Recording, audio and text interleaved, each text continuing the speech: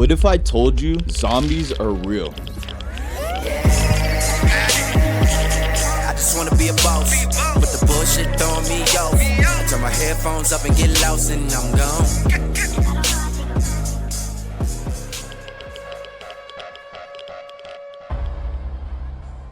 Welcome to this episode of BeastvsZombie. My name is Dominique Muhammad. Today on the show we have my buddy Antonio Gomez. Antonio has a really special story. Thank you for taking your time to come share your story with us today. You're welcome. Please just share a little bit background about yourself before we get started. Like you said, my name is Antonio Gomez. Married for 34 years, 4 kids. Born and raised in North Las Vegas, actually, and so lived here my whole life. And just living and doing the Vegas thing. Right. Yeah. Cool. So Antonio, like myself, has overcame cancer in his life. So let's get into it. How old were you when you were originally diagnosed with cancer? So I was diagnosed in 2013. So that puts me at, that's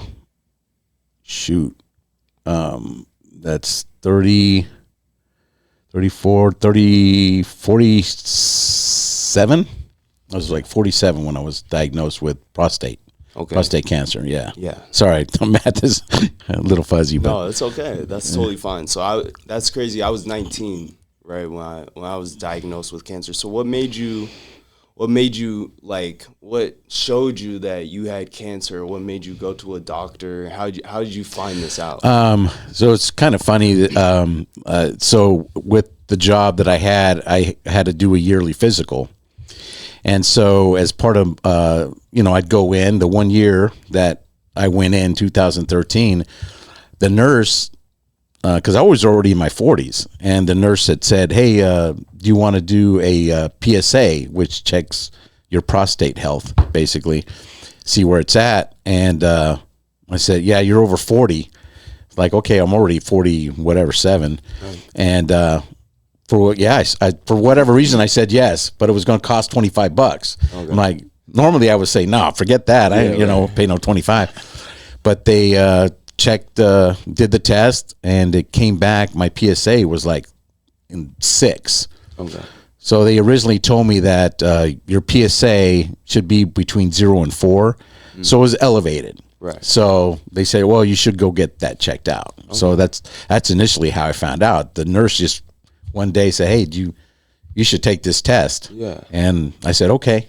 And that's how they found out.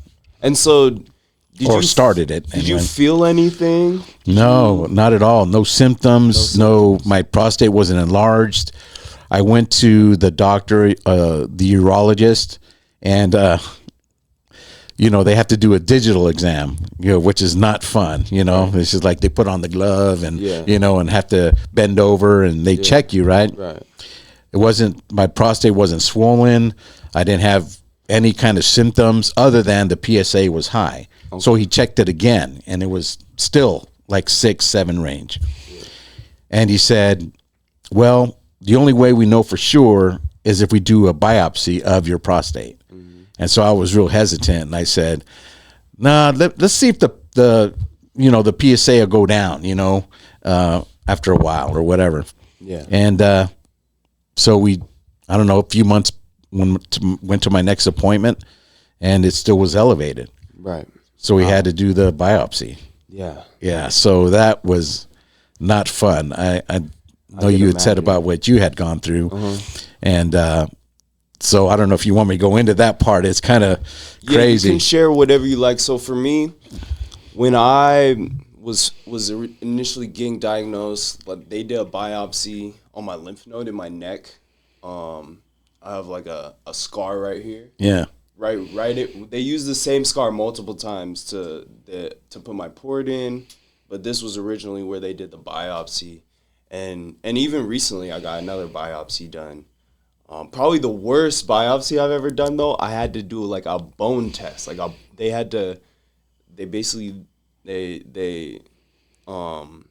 numb you up, They lay you down. I don't know what I thought, but the first time I did this, I decided I didn't need any medication. I thought I was macho. I asked them, you know, because they offered it. They said, you know, would you like some type of pain meds? I'm not big on taking, you know, medications if I don't need to. And so they were like, you know, would you like some type of pain medication? I was like, well, have people done it without pain medication? Oh, yeah, people have done it without. You're like, I can do it. Yeah, I can do it, right?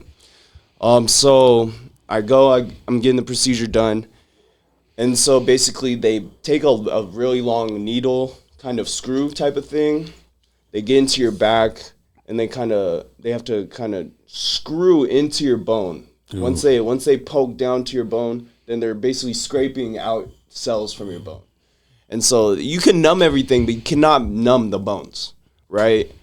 And so that was definitely one of the most painful things I ever dealt with. I know the lady said, no, you have the strongest bones I've ever seen.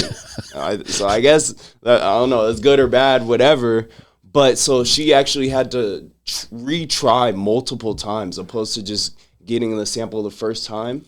She had to retry multiple times, so that was something. But like, I just breathed through it. Yeah, it was definitely painful for a moment. It wasn't like scarred and afterwards I went and played basketball. Oh wow! So like it wasn't like it was just in that moment was pretty painful. And then I've gotten multiple of those done later, and we used a drill. I made sure they used a drill, so you were able to use that. So yeah, wow. that was one of the craziest procedures and biopsies that I've ever gone through in this whole. Yeah, I don't know if mine tops that. I mean, that sounds pretty painful, but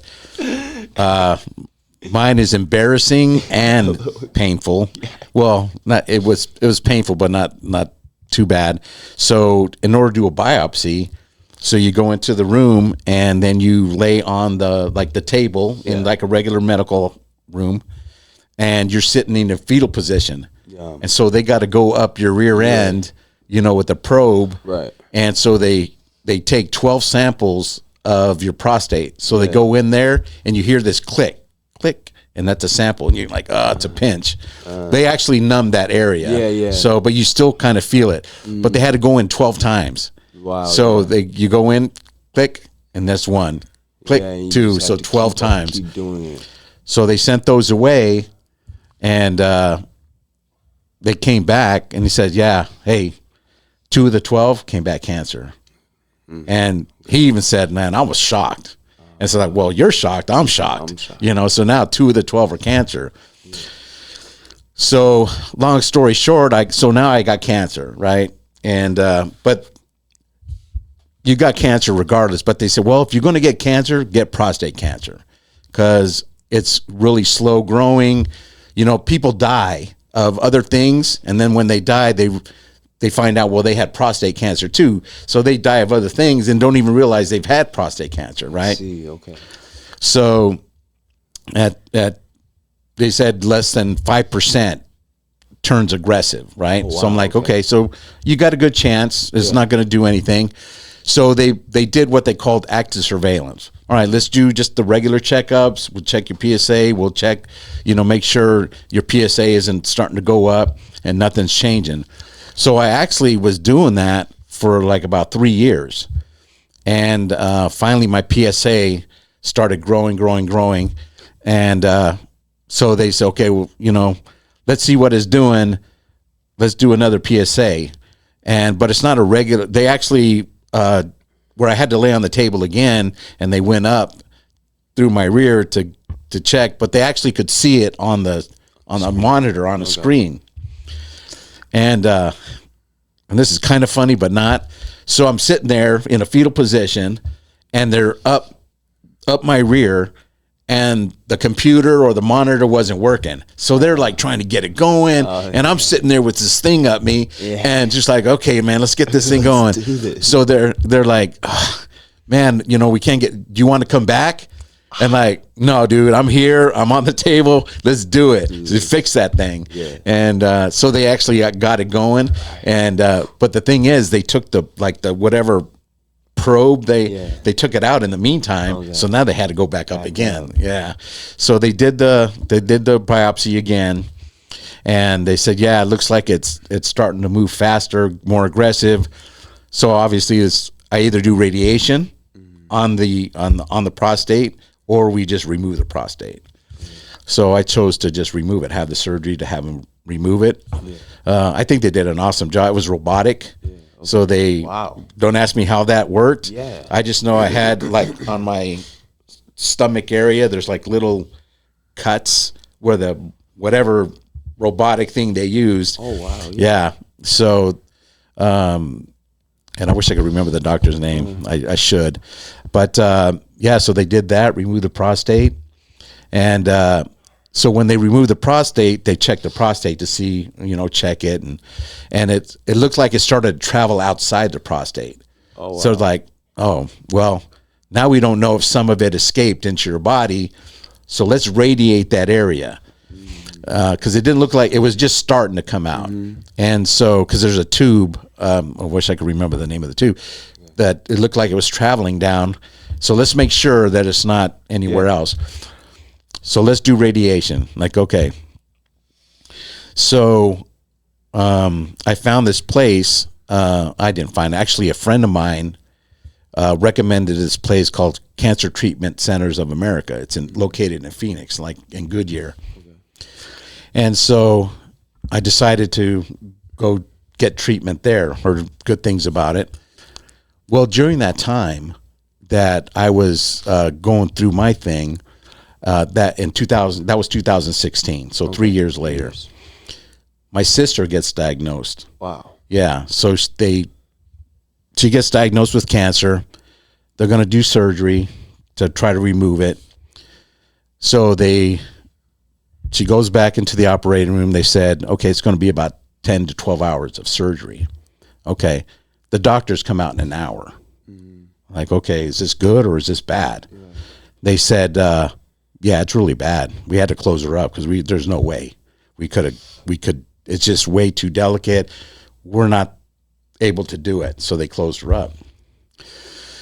And so I was going to the cancer treatment center.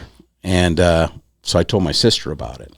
And so we were able to both get in. And so she's getting treated and I'm getting treated. Oh, wow. Yeah. And so as bad as, you think, well, cancer, right? And even though they say, well, prostate is not, like it's a good cancer, if there's such a thing as a good cancer, right. If I could wear a shirt that said I have cancer, I would do it. Yep. But I was almost thankful because my sister had it way worse than I did, with just the chemo and all of that. So I was like, thank God that I was there with her to go through that. Right. Because I had to go through radiation. So that part of it was you kind of go into you lay down, you go into this tunnel, and you get zapped. For like a minute and a half. Yep. I had to do that 37 times. Okay. So during that whole time, my sister's there too, getting chemo, doing her thing, getting appointments. She had several surgeries throughout that time. So I was there with her. And on a scale of 1 to 10, my experience, even though I hated having cancer, because even if they say, well, that's the cancer to get if you're going to get a cancer. Just like you, I'm sure you laid there at night and looked at the ceiling and thought, man, am I going to die from this? Yeah. Is this it? That's all? It's pretty crazy. Yeah. So I don't care. You just knowing that you have it, those thoughts can come into your head, right? I'm sure maybe you thought the same thing. It's definitely scary. Yeah. So, but on a scale of 1 to 10, my experience was a 1 and hers was a 10. It was horrific. Yeah. Just the chemo would I don't know, man. Chemo to me is just like it's almost as bad as the cancer. It just definitely devastates you. So, So I thank God. We both had faith in God.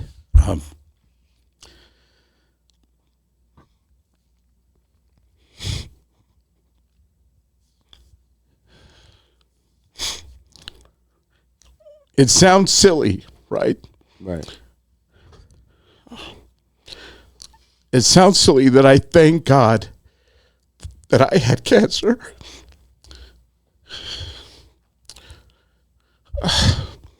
So I could be there for my sister. Right.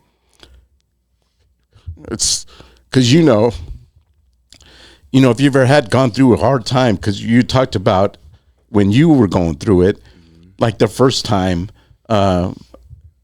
it was before COVID. You had your mom there, you had your family there, you had people there, right? And then during COVID, right, you didn't have the people, the support that you had, right? Yes. And so I was just so thankful that I was able to drive down there, to fly down there, because we'd make our appointments at the same time.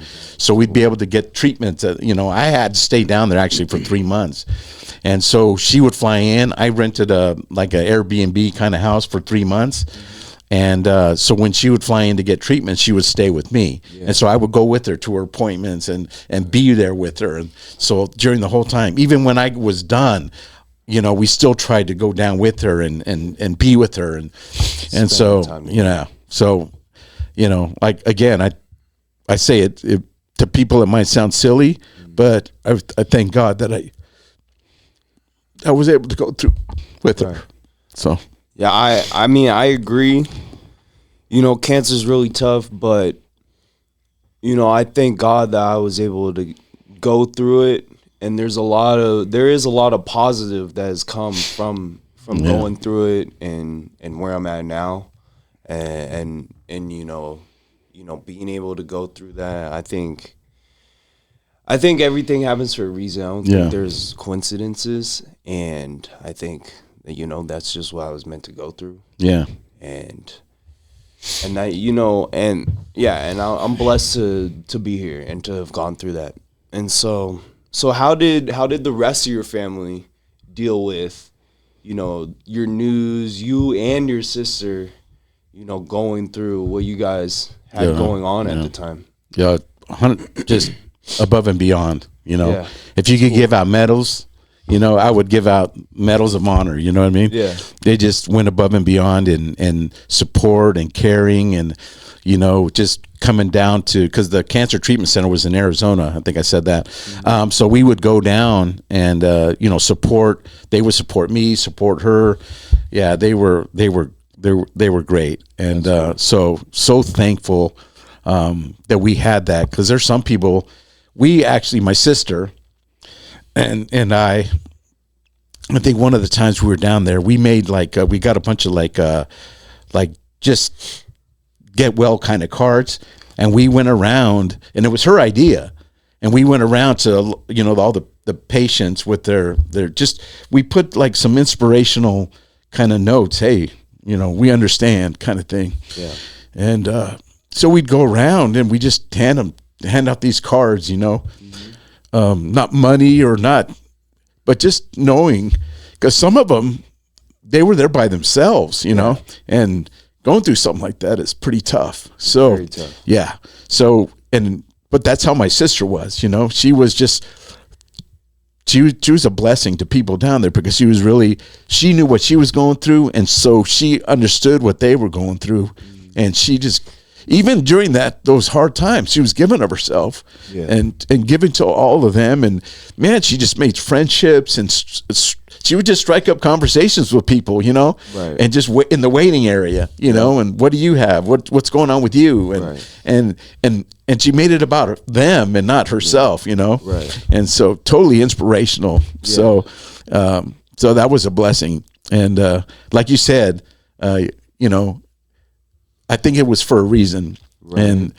And so I'm not saying that God struck me with cancer so I could be with my sister, but he allowed it. Allowed me to go through that trial. Exactly. And I really feel that so I could be there for her, and I'm glad. 100%. Do it again. Right. Yeah, I think that's really cool. During my whole process of this, I always tried to lead by example with my attitude and my actions, and my spirit. And so to not only for myself, right, to just affirm who I am and the confidence in myself, but also for everybody else to understand like that I'm okay, to feel confident in me and what I'm doing, what's going on, that like it's all gonna be good, because that's an energy. If everybody sees you, kind of down and out, they're gonna feel that and they're gonna reciprocate that. Yeah. And if everybody feels you, being strong, and I was still able to stay pretty active, play some basketball and stuff like that. Yeah. The goal with that was to keep everybody else strong as well. Yeah. And keep everybody else positive with whatever they're bringing to me during that period of time, because it was very important. I'm sure with cancer, like, you need all that you can get. Yeah. It's kind of like war, like it's a battle. Yeah. Or whatever you want to call it. And it, in a lot of cases, it's life or death. And so I'm very black and white. I'm just trying to win. Yeah. I'm just trying to beat this. It's not even more complicated than that. I know one of the biggest things that me and my dad talk about to this day sometimes is, when I was first diagnosed, he had spoke to me. He's like, how are you feeling? What do you think about this? Like, this is crazy. You have cancer, right? When I was diagnosed, I didn't believe it. Yeah. I actually did have a little bit of symptoms. I remember calling my mom maybe a week or two before and telling her that I was just tired for no reason. For no reason. I was in school at the time, so it was like I was already kind of tired, so I had taken that morning off. I'd probably work out and before my class or whatever, and I had taken that morning off specifically to rest, and just went to class. And I remember calling her after class and saying, "Yeah, I'm so tired for no reason. I rested very well. I didn't work out. I just went to class. That's all I've done today. It's maybe like 11 o'clock in the morning. I'm gassed. Like, what is going on, right?"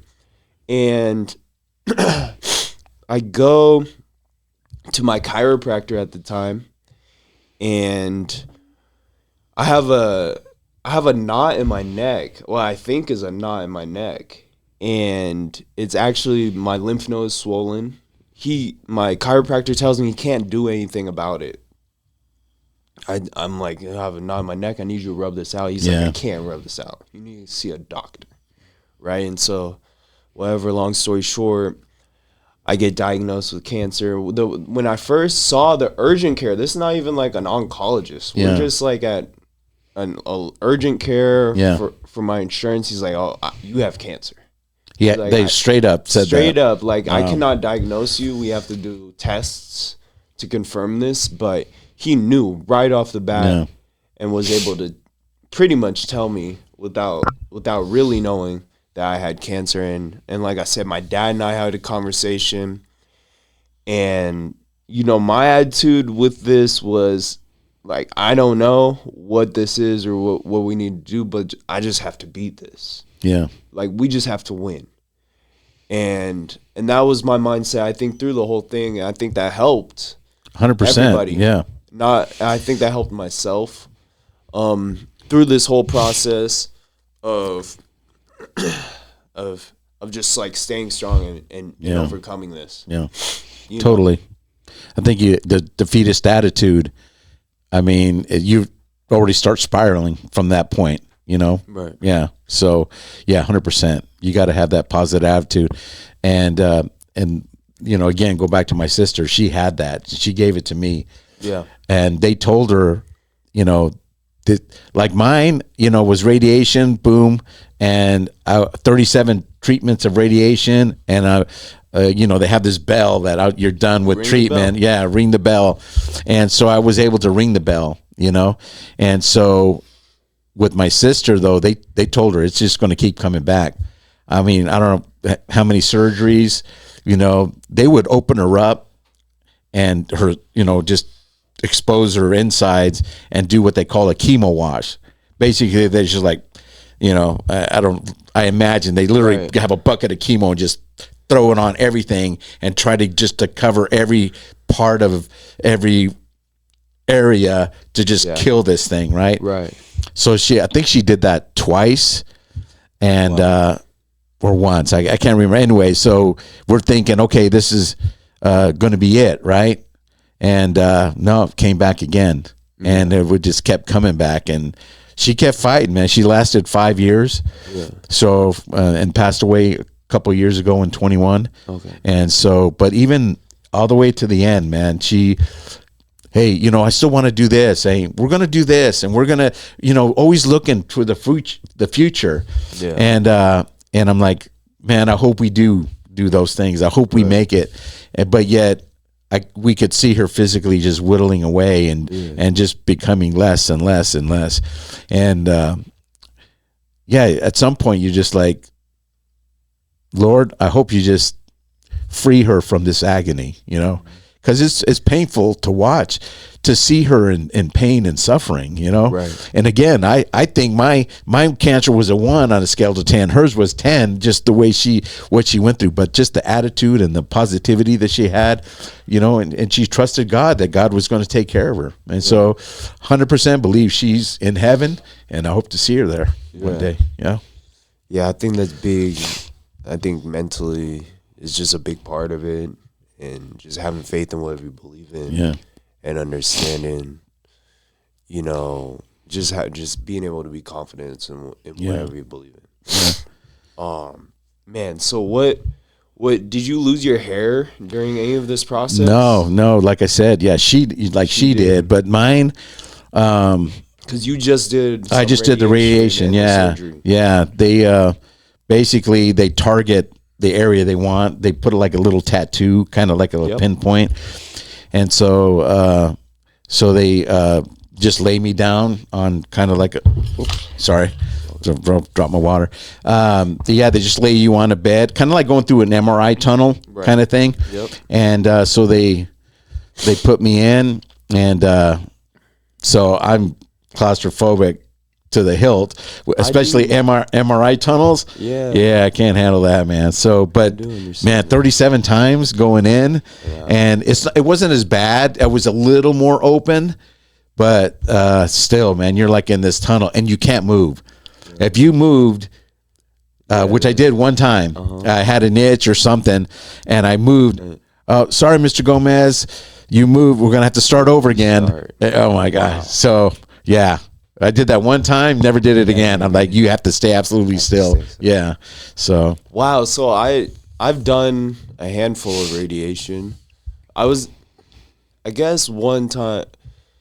So before my second transplant, I had to do radiation, and it was full body radiation. So when you do a bone marrow transplant, you have to be in remission, and then to be accepted for the transplant, and then the process of the transplant, they kill every single cell in your body until they can't detect any cells, right? So the first transplant and the second transplant were completely different. The first one, I just kind of did a really intense chemo regimen, and I didn't do any radiation.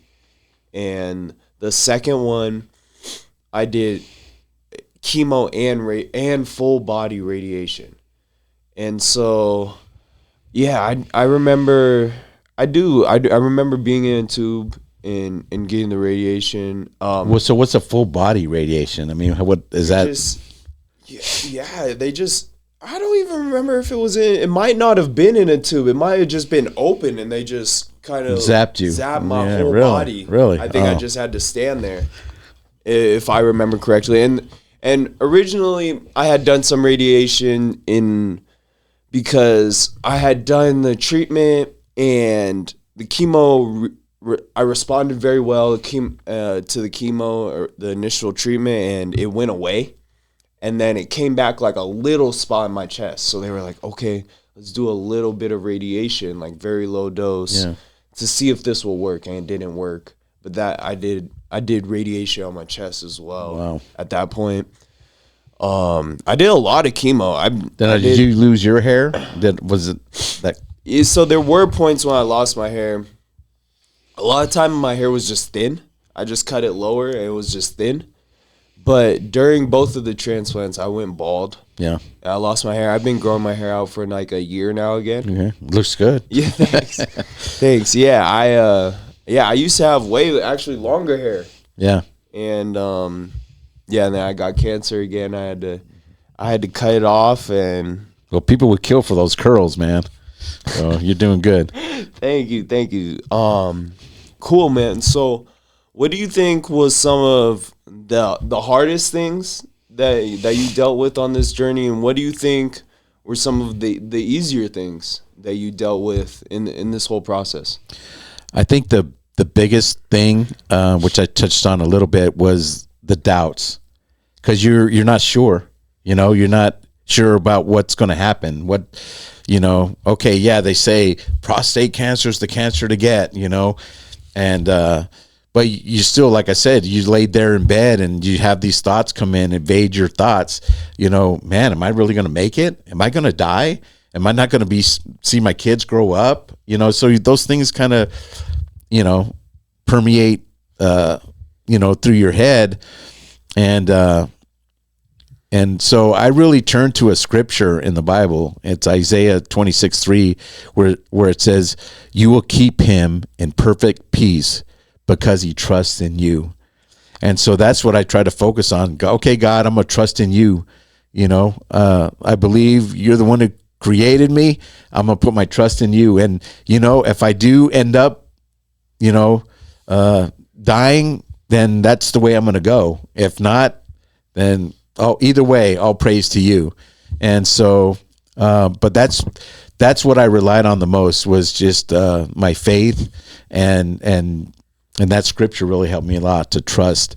And I'm not saying I didn't doubt. I'm not saying I wasn't scared, or afraid, because sometimes those doubts creep in. But so it was that, and that was probably the hardest thing. It's just battling the doubts, and then sureness of the whole thing. But again, my family, just my mom and my wife and my kids and my sisters, man, you can't put a price on stuff like that, man, with the support you can from family, which, I know your family was there for you too. Yes. So yeah, you can't put a price on that. So that was the best thing, is I know I could call anybody, talk to anybody. My sister, who was going through the same thing I was, way worse than me. So she totally understood things that nobody else understood, which I think is why we're talking now, because so people can understand. We understand certain things about it that people might not understand, So yeah, so that's probably the best thing, is just having that family support there. Yeah, I think that's a big deal. For me, I have a pretty solid support system with my friends and my family. They all care about me. They all helped as much as they could, especially like my mom. Yeah, my mom. I couldn't have done any of this without my mom. No, nothing could beat the love of a mom, man. Yeah, and like I said, the last transplant, I was only allowed one visitor. It was during COVID, so I'm basically quarantined for a month with one person, my mom, in the hospital. And yeah, it was pretty crazy. She's making trips with me every day. She's leaving, she's grabbing clothes, she's doing laundry, bringing me snacks, relaying messages, because nobody can see me. I think we snuck my dad into the hospital a couple times. Good for you, just man. So I could see my dad. Yeah, awesome. But the support is really big. Like I said, the transplant before, I was able to see all my friends, all my family. One of my good friends' grandmother, actually, she had cancer during the time I had cancer as well, and while I was in the hospital, she came and visited me. Yeah, so I was able to see all my people, and that was really good. That definitely helped. That support, without that, like you said, some people don't have that. Yeah, some people are alone. And I couldn't imagine if I had to do this all by myself. Yeah. Not only like mentally, but just like navigating things.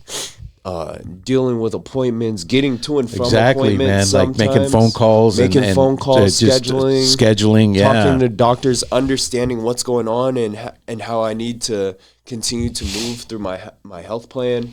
Like that was all very supported by my mom, and I couldn't have done all that just by myself. I mean, I'm sure maybe I could have done it all by myself, but it was a lot easier. With having that support.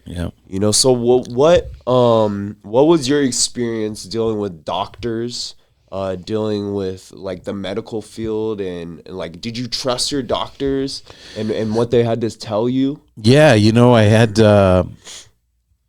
some really good.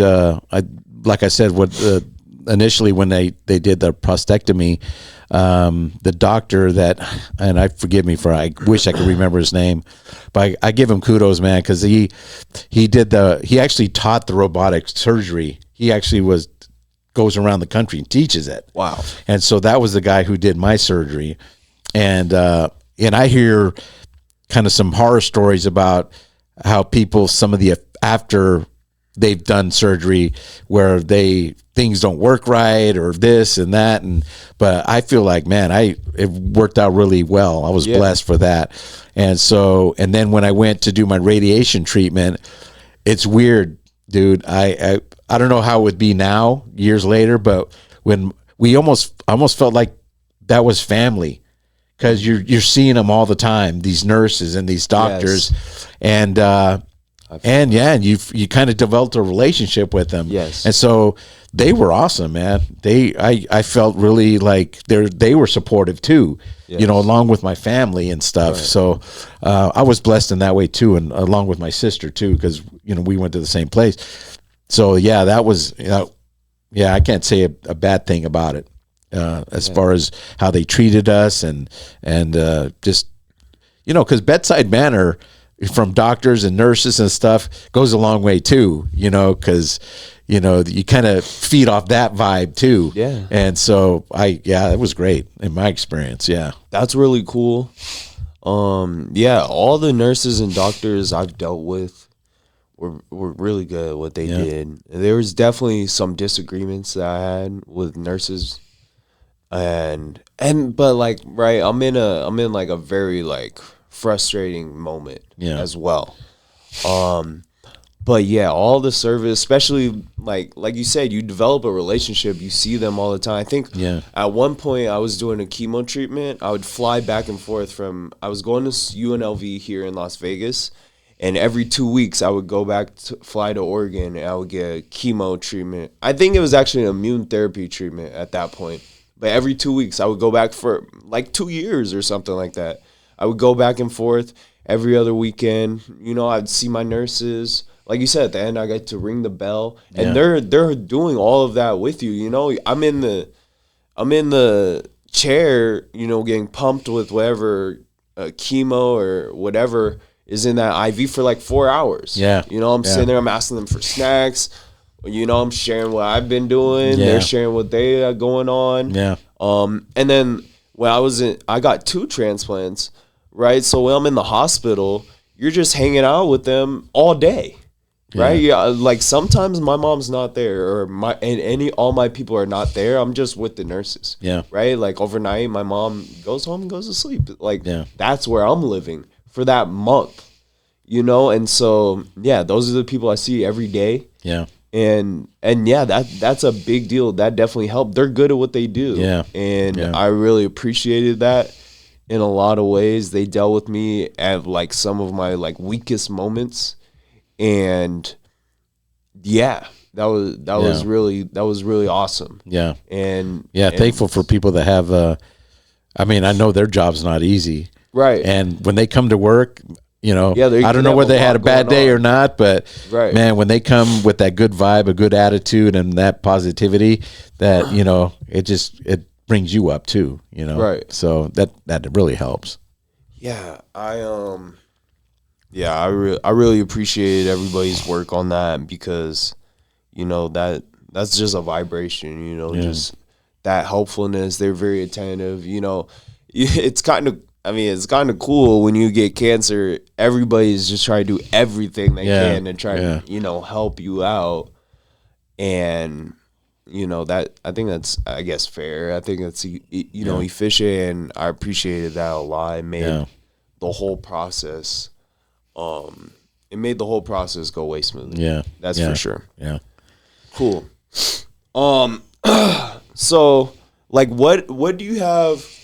What are you dealing with now in your life? Like, what has changed? How do you think now? Is there anything physically that like you still deal with today because of what you went through, or anything like that? No. Well, it's been going on 6 years now. Nice.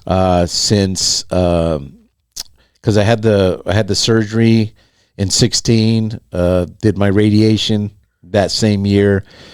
So it's, you know, been 7 years, going on 7 years now. Right. So my PSA is 0, which it should be. So that hoping for that. That's good. So the only downside to it is, you know, there's I guess some relationship with testosterone and the prostate cancer.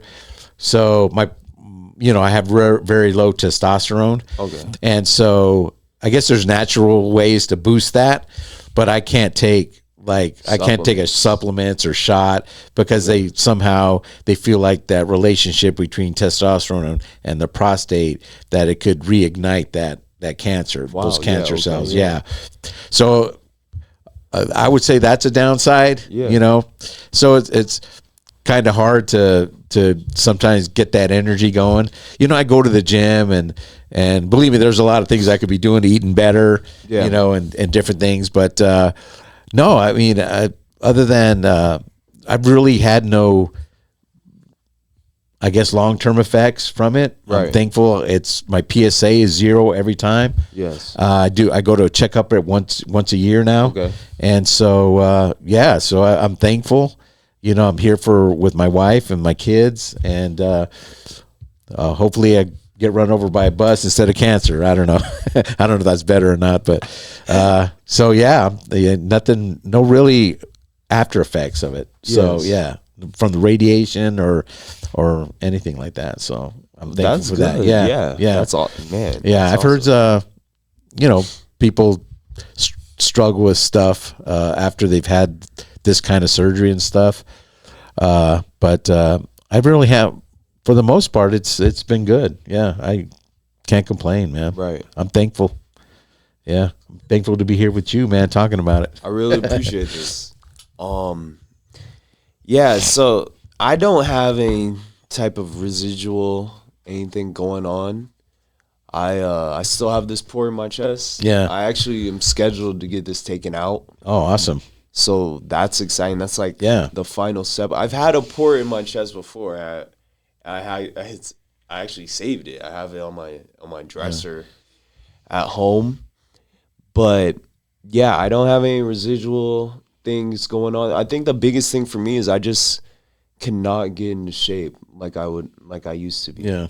I used to be able to sprint forever, it seems like, and now it's definitely a lot tougher. Yeah. I'm a little older as well.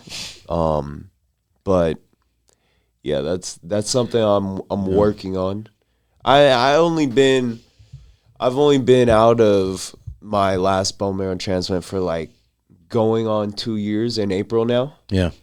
So I've been working hard. So we'll see where I get to. Well, you look great. So Thank you. I appreciate it. I've been, like I said, I just been trying to get into shape really bad. Yeah. You know, that's been a big focus of mine. I have a boxer. I run my dog every morning. Yeah, nice, awesome. So yeah, that's my dog, and that's probably I'm with you on that. You know, with going to the gym. You know, I remember one year my doctor was saying, you have to, like it was Thanksgiving was coming up, and he said, so you have to be like a no carb diet, no sugar, no carb, right? Because you're going to gain weight, you know. And so this was in the kind of in the beginning. And so Thanksgiving's coming up. Look, man, if you want pumpkin pie, he said, that's your piece of pumpkin pie. That's it. That's all you can have. Wow. Yeah. So but obviously I haven't been that strict, and I should be. Obviously there's things that you should do that, would help.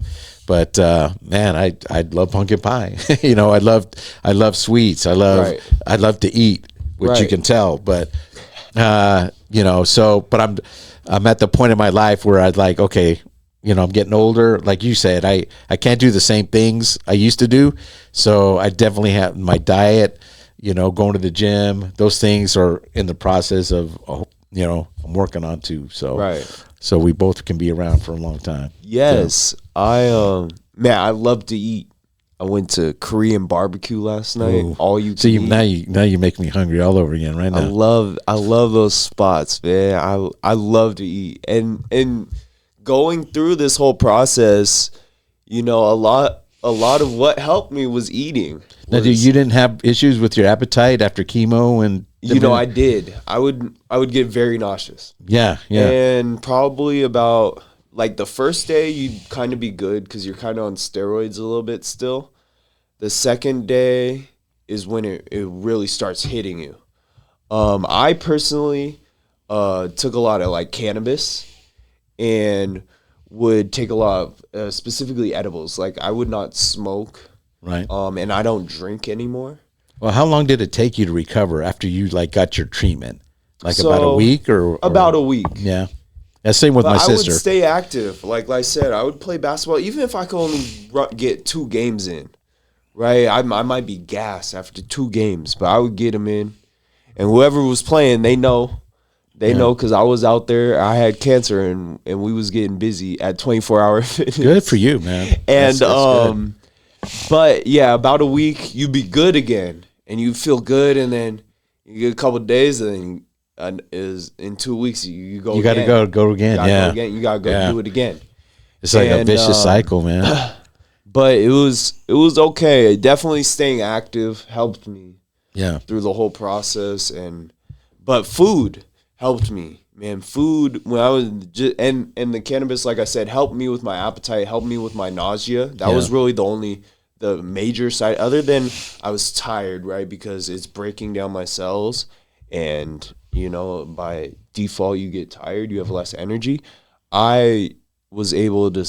I would get nauseous. Same with my sister, and she tried the gummies, and everybody always do this and try that, and nothing ever really helped her. But and that's crazy. So because they do have like nausea pills and medication that they can give you, and I felt like maybe that helped, but like consistently for me, it just helped me to just take cannabis and to be able to help with my appetite. Yeah. And I think a big deal with, just like keeping your energy up, like your body's breaking down, you need food, you need energy. Yeah. Right. Definitely. And so that's kind of what kept me going. Yeah. Was the food. I never really, the doctors tell you stay on a balanced diet,